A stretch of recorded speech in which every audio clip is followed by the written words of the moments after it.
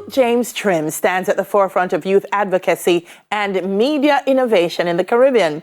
As an award-winning media activist, youth leader, and strategic advisor, he's carved out a unique space both regionally and internationally. He zooms in to have a chat with us this morning. Hey, Luke, morning.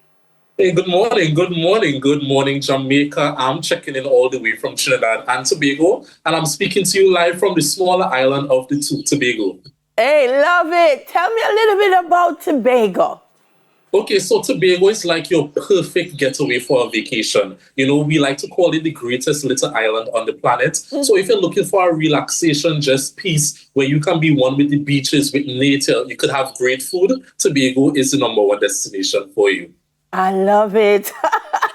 So let's talk a little bit about you. What sparked your journey into media activism and youth leadership? Well, I think an interesting place to start is that growing up, I was always the type of person where I always noticed when things just didn't seem fair. Me and injustice, we care apart. So I always had this fire inside me to speak up, not just for myself, but for others who seemed like their voices were being drowned out. So naturally, growing up, I was the outspoken child. I was a child in primary school that talks too much on his report card. High school, Luke was a menace. Luke was like I was an advocate, but my how was the problem. But, you know, with age and maturity, I was able to work on my how, and people always were able to lobby around me because the why was the one that always got to draw them in. Mm-hmm. So I started in media, I started working on television, I got into debate, and even now I am pursuing my law degree. So I think that young Luke that always had an instinct to challenge, an instinct to question, and most importantly, an instinct to be a change, all worked together to some of who I am at this moment. Yeah. Yesterday, I was talking to a friend of mine about this, about media's capacity to evoke social and political change. Right. How do you define that role today, and especially for us in the Caribbean?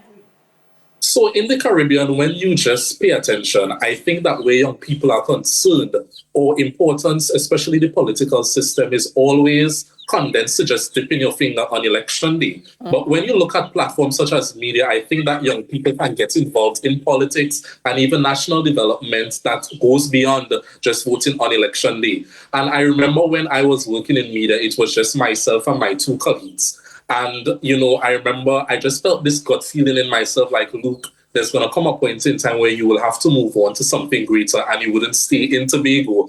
And I went to my manager and I was like, boss, listen, I want to launch a project where we get more young persons involved in media because I wanted to have Tobagonians youth advocating at the forefront, understanding the power of media to tell their stories and get their voices heard. And so we launched the hashtag Youth in Media Initiative, and that was launched in 2023. And I remember last month I walked back into the studio just to check in on my co-workers. And when I walked in, I was able to see that the staff was made up of young people I went to high school with, and that was the type of change that I really wanted to see. Mm-hmm. So when you look in the Caribbean, especially where politics is concerned, I think young people can play an excellent force when it comes to helping with misinformation, fact-checking, you know, ensuring that the information that's coming out in the public space is one that is accurate, one that will ensure that young people understand the role that they play when it comes to our politics. Because I think, and I've realized that when young people come together, that we are an unshakable force, we are powerful. And when you have media to back it up, it's just magic. I love that. I learned the word cap this week from some youngsters. So the young people won't allow us to cap. Oh my God, I'm getting it wrong. But no capping when young people and media involved. We wouldn't allow that. What can we do though to actively engage young people more and more in media? You know, I know in terms of social media, there's a lot of activity, but how can we also get them more involved in, I would say, the more traditional media types? I think when it comes to traditional media, what young people want to see is people who look like them. Okay. And I'm speaking from a personal experience. When I was first approached to come on-screen media, I told the individual, this is not for me. I was like, I don't see young persons that look like me on the television. I don't see young people in this space actively involved in media. So I felt like I was walking into unknown territory. Mm-hmm. And I think that it just goes to speak beyond media. When young people see themselves in spaces, it's that is going to help them really say, okay, I can get involved also. So I think when it comes to traditional media, companies and studios need to really make that progressive effort to get young people involved. We won't get it perfect. Most of us won't have a degree in communications or journalism, but there are the young people who have the raw talent, the raw skills, and all they need is that mentorship. I think when you bridge that gap between young persons and the older folks who have the knowledge to really hone their skills, that is when we get engagement, that's when we get participation, and most importantly, that is when we are able to train a new generation. Yeah. All right. Okay. Look, don't come to Jamaica because I still need a job. Thank you.